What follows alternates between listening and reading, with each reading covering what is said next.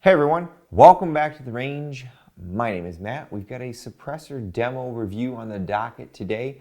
Looks aren't everything, but there's no denying the uniqueness of our Sig Sauer ModX-9 suppressor. It actually kind of reminds me a little bit of the Death Star, or in a roundabout way, Tetris blocks.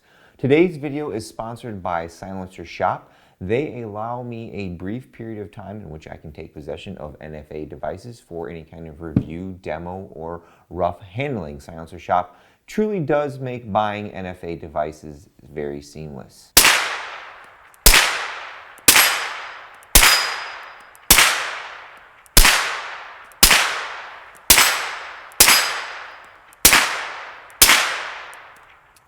All subsonics, 150 grain.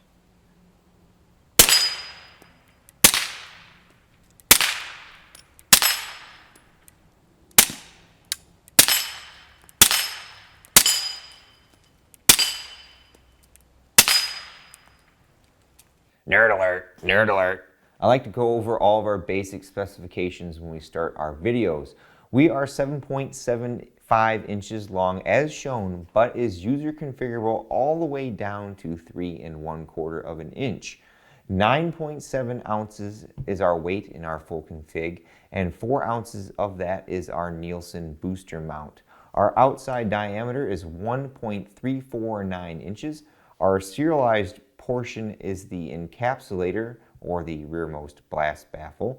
Our through hole is a whopping 509 thousandths. The exterior design also incorporates various wrench flats, and a pair of spanner wrenches is included for all of your user configuration changes. 1/2 inch by 28 and 13.5 by 1 left hand pistons are included, as well as a fixed barrel spacer for carbine PCC use and 2 springs for pistol use for optimum host reliability. This can is full auto rated, but Sig does not specify if it is limited use or not. Sig only rates this can for 9mm. They make no recommendations for using sub calibers like 300 Blackout or even 350 Legend. Street price on this from Silencer Shop is right around $830. Our ModX-9 suppressor provided us with good noise suppression from pistols to PCCs, all the way to a full 16-inch AR-V9 from Palmetto State Armory. I could not detect any first round pop. I also noted less back pressure when shooting this on hosts, likely because of the larger baffle and through holes. I did review this around the same time that I got the Yankee Hill R9 and noted that when using the Sig Sauer ModX-9, I had less back pressure through our CMMG MK9. Our baffle clips are not perfectly aligned with how they are numbered 1 through 6, but with the way the Nielsen booster device is designed, you can physically rotate it to change the point of impact. I guess if one wanted to, you could change the numeric order of the baffles 1 through 6 in order to align all of those internal clippings. As I mentioned, our Sig Sauer ModX-9 is user configurable in various different lengths depending on your mission. In order to change the overall length of our suppressor, simply grab your spanner wrenches and undo the amount of desired baffles with the minimum configuration utilizing the booster, the encapsulator, and our number 7 baffle end cap. Each baffle is threaded so that you simply need to screw them back together and give them a little snug tug with the wrenches. This design is very much like the Erector series from Q and even my JK Armament solvent traps. You cannot buy more baffles from Sig to increase the length of our ModX-9. Now, I didn't take any video footage of me shooting the various length configurations of this can, but Sig Sauer was nice enough to include this nice little chart that gives you the breakdown of the decibels versus length configurations. I really like that 3D printing is cranking out some interesting designs. This is actually the 3rd 3D printed can that I've reviewed demoed on my channel, and it has that signature texture which comes in handy versus a smooth tube. Being modular allows the ModX-9 to be tailored to a length constriction and is user serviceable so that one can clean the can if it gets too dirty.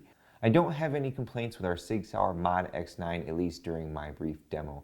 I do feel the baffle design is traditional, given that 3D printing would allow us some pretty unique designs, but it's hard to argue against that tried and true performance.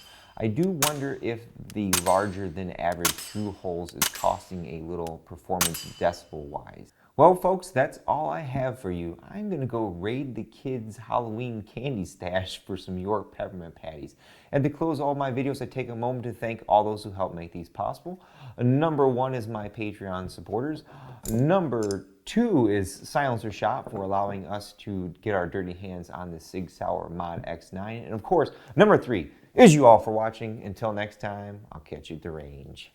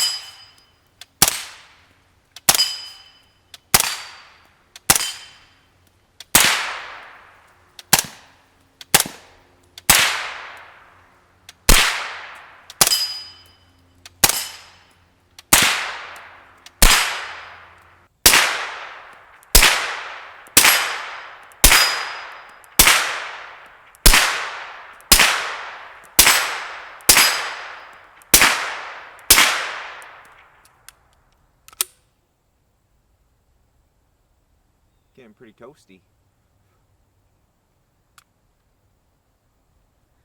Oh, she hot, she warm.